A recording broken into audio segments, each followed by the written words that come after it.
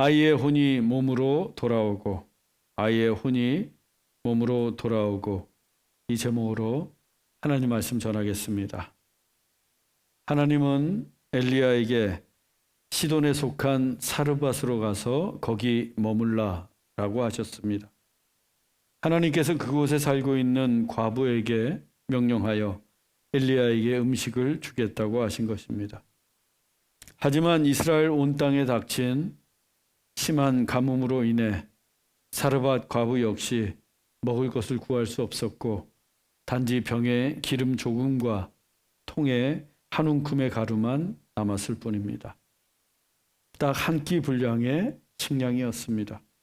그녀는 그것으로 떡을 만들어서 아들과 함께 먹고는 죽을 작정이었습니다. 그런데 엘리야가 그녀에게 먼저 나를 위하여 작은 떡을 한 개 만들어 오고 그 후에 너와 네 아들을 위하여 만들라고 합니다. 그러면 하나님께서 다시 비를 내리시는 그날까지 그녀의 통에서 가루가 떨어지지 아니하고 병에서 기름도 없어지지 않을 거라고 했습니다. 사르밧 과부는 엘리야의 말대로 했습니다. 엘리야가 전한 하나님의 말씀을 믿고서 그대로 행했습니다. 즉 한 움큼의 가루에 기름을 부어 엘리야에게 먼저 떡을 만들어 주었던 것입니다. 그러자 놀라운 일이 벌어졌습니다. 하나님이 말씀하신 대로 그녀의 통에서 가루가 떨어지지 않았고 그녀의 병에서 기름이 없어지지 않았습니다. 엘리야와 그녀의 가족들이 여러 날을 먹어도 전혀 줄지가 않았습니다. 그리고 오늘의 본문이 이렇게 이어집니다. 본문 17절입니다. 2일 후에 그 집 주인 되는 여인의 아들이 병들어 증세가 심히 위중하다가 숨이 끊어진지라. 2일 후에, 여기서 이 일은 하나님께서 사르밧 과부의 통과 병에서 가루와 기름이 떨어지지 않도록 기적을 베푸신 일을 말합니다.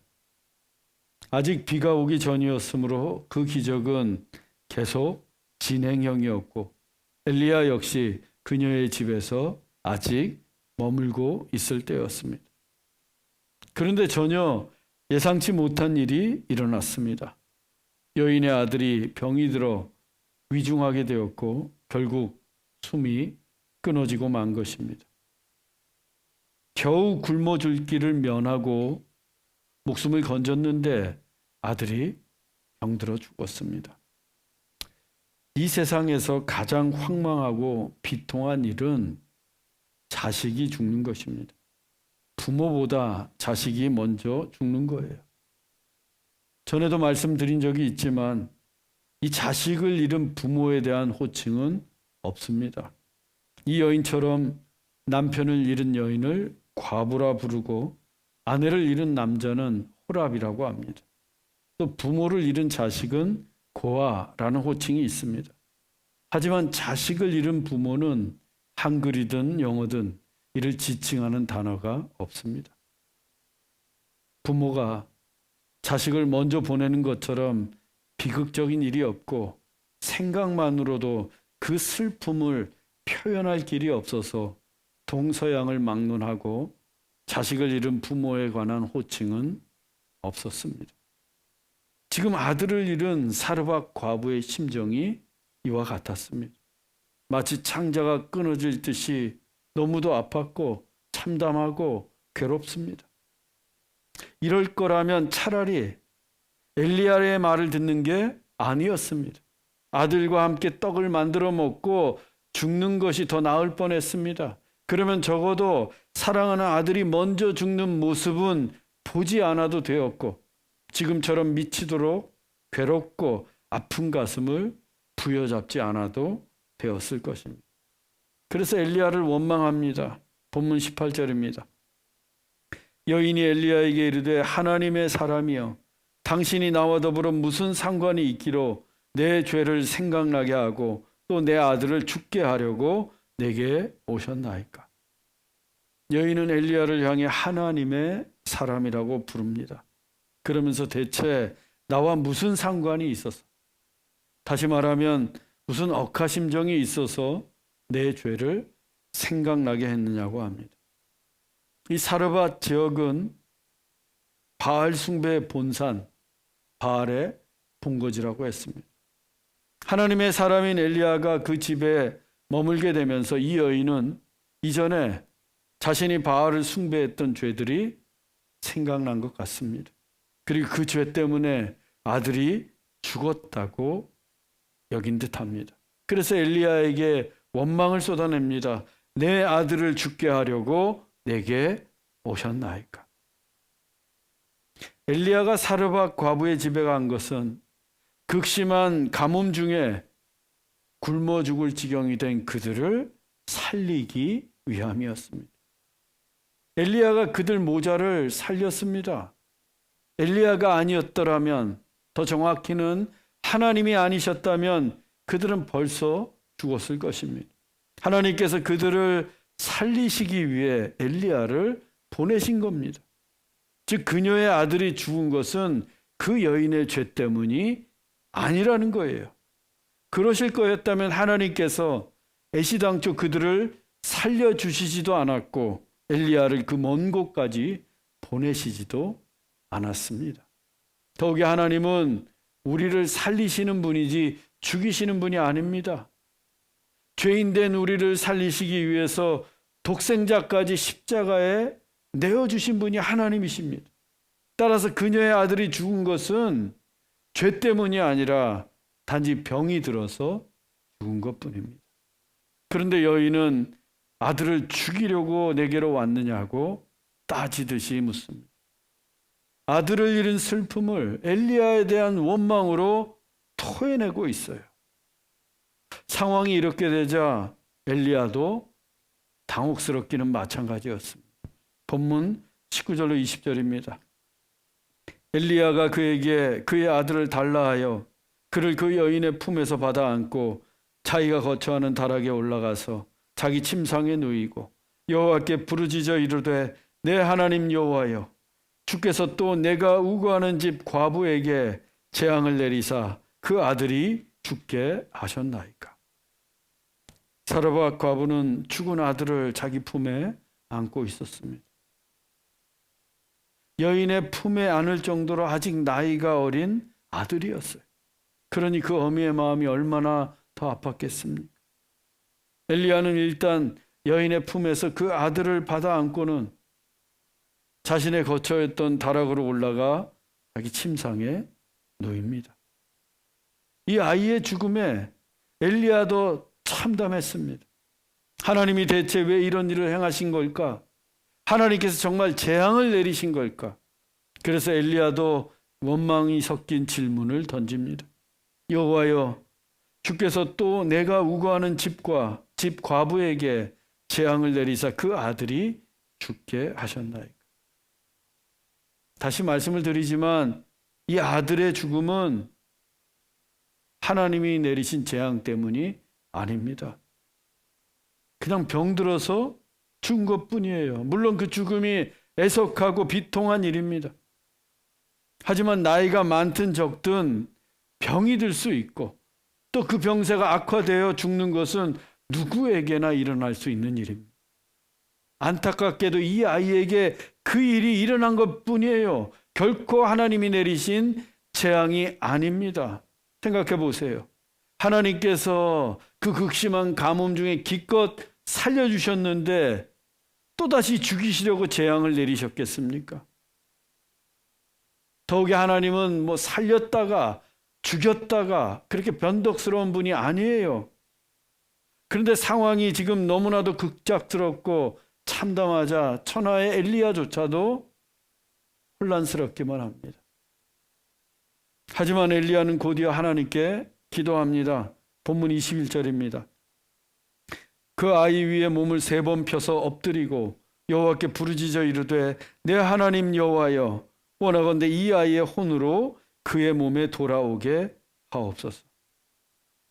엘리야가 하나님께 부르짖어 기도합니다. 그런데 그 기도하는 모습이 영 낯설고 이상합니다. 엘리야는 죽은 아이 위에 자기의 몸을 3번 펴서 엎드리며 기도했어요. 즉 죽은 시신 위에 자기의 몸을 겹쳐서 엎드려 기도한 것입니다.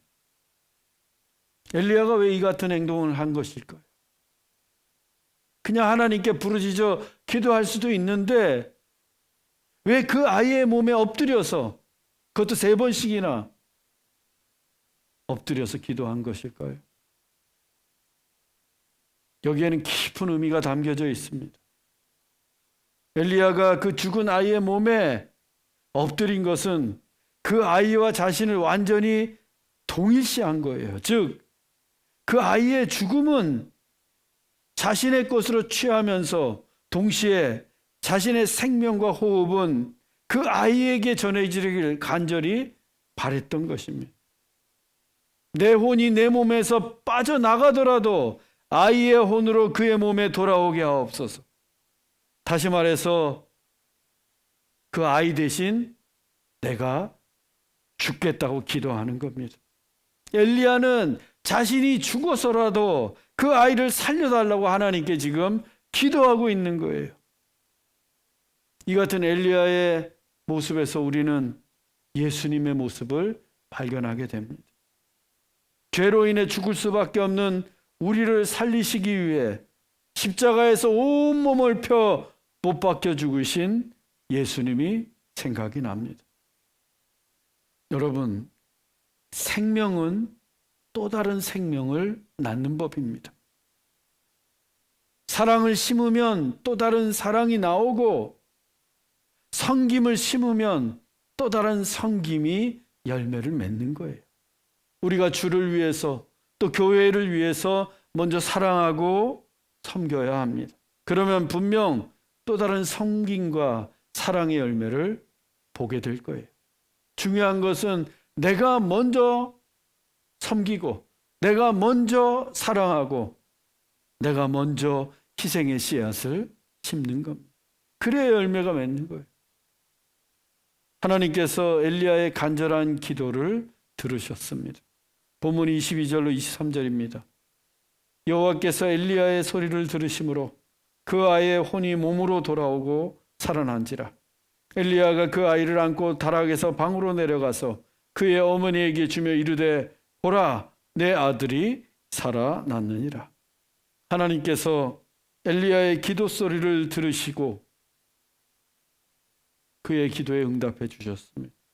아이의 혼이, 그의 영혼이 몸으로 돌아와 다시 살아나게 된 겁니다.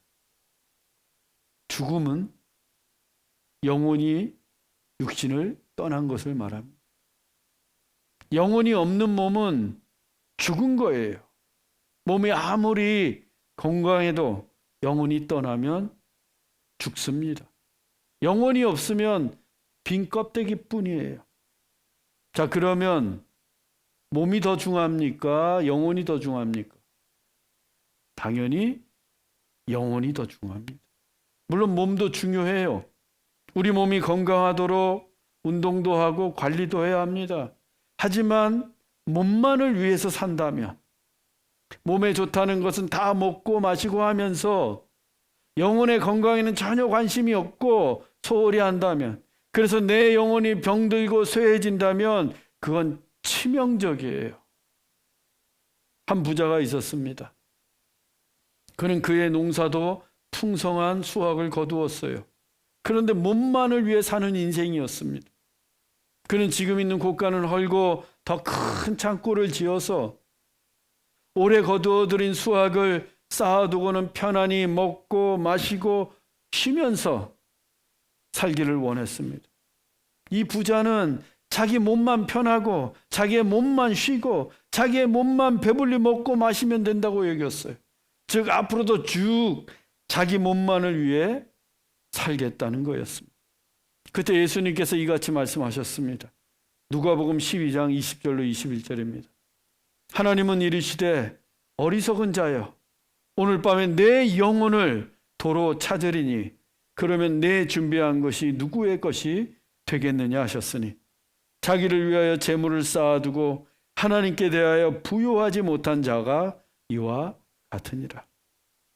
오늘 밤에라도 하나님께서 우리의 영혼을 찾아가시면 우리는 죽습니다. 아무리 재물이 많고 육신이 건강해도 하나님이 영혼 찾아가시면 그 즉시 죽은 몸이 되는 거예요. 그러면 내가 가진 재물, 건강한 육신이 무슨 소용이 있겠습니까? 때문에 우리는 영혼을 위해 사는 인생이 되어야 합니다. 영혼을 부유하게 하는 인생이 되어야 합니다. 내 영혼이 잘 되면 범사에 잘 되고 강건해지는 거예요. 내 영혼을 가꾸고 내 영혼을 부욕해 하는 첫걸음이 뭔가? 바로 예배입니다. 예배. 하나님을 부욕해 해드리는 예배예요. 하나님을 부욕해 해드리면 내 영혼은 절로 부요해집니다. 그게 예배예요. 얼마나 쉽습니까? 예배만 잘 드리면 하나님도 부요해지고 내 영혼도 부요해지는 거예요. 이 주일 예배는 한 주간 동안 내가 세상에 살면서 메마르고 잡초가 생기고 상처 있고 황폐해진 내 영혼을 성령의 단비로 적시고 주의 은혜로 푸르고 다시 생기나게 하는 시간입니다.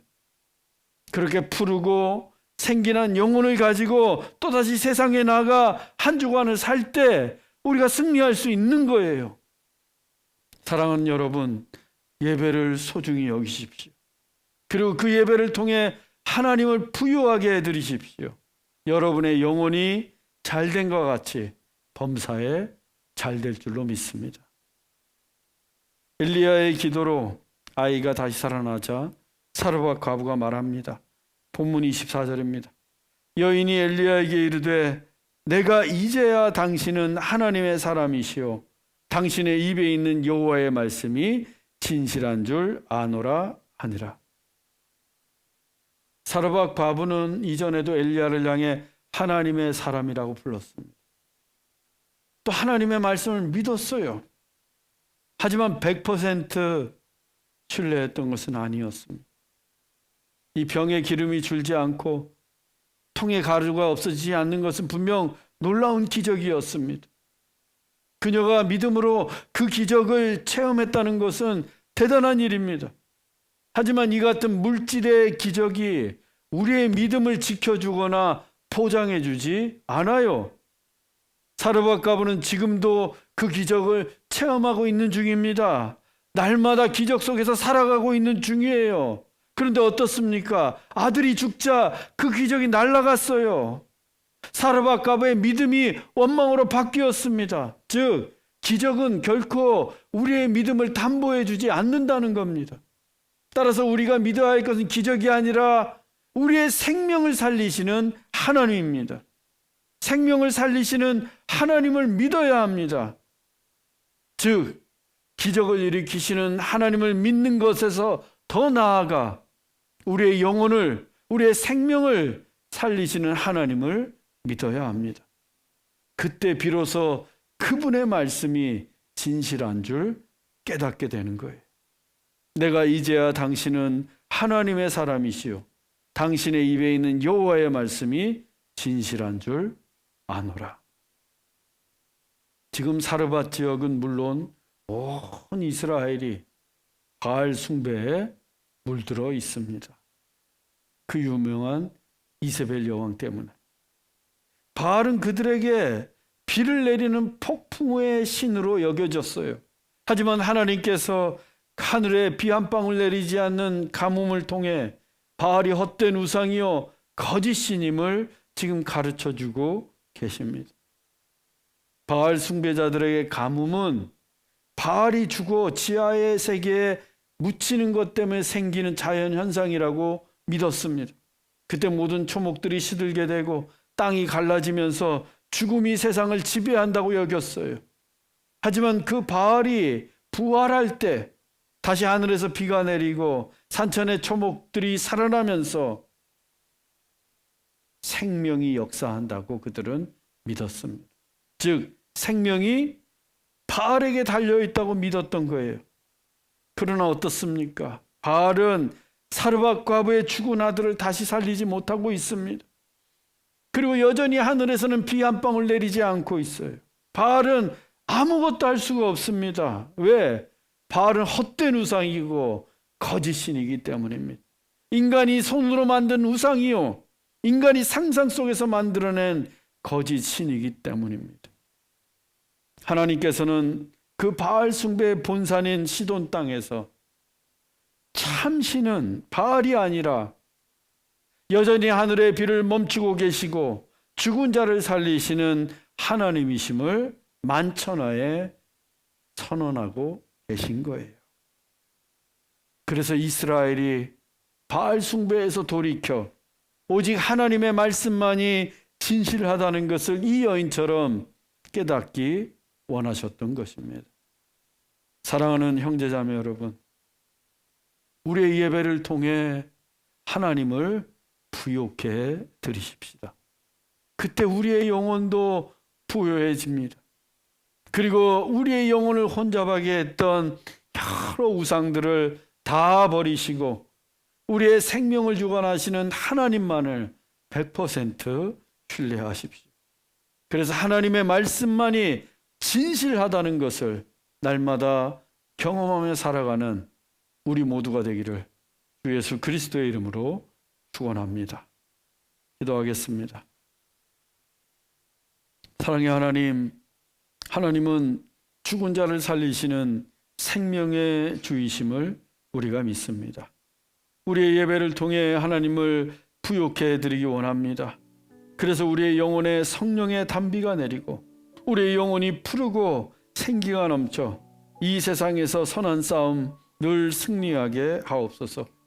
그리고 생명을 살리시는 하나님을 믿으며 하나님의 말씀만이 진실하다는 것을 날마다 경험하게 하옵소서. 길이요 진리요 생명이신 예수 그리스도의 이름으로 기도하옵나이다. 아멘.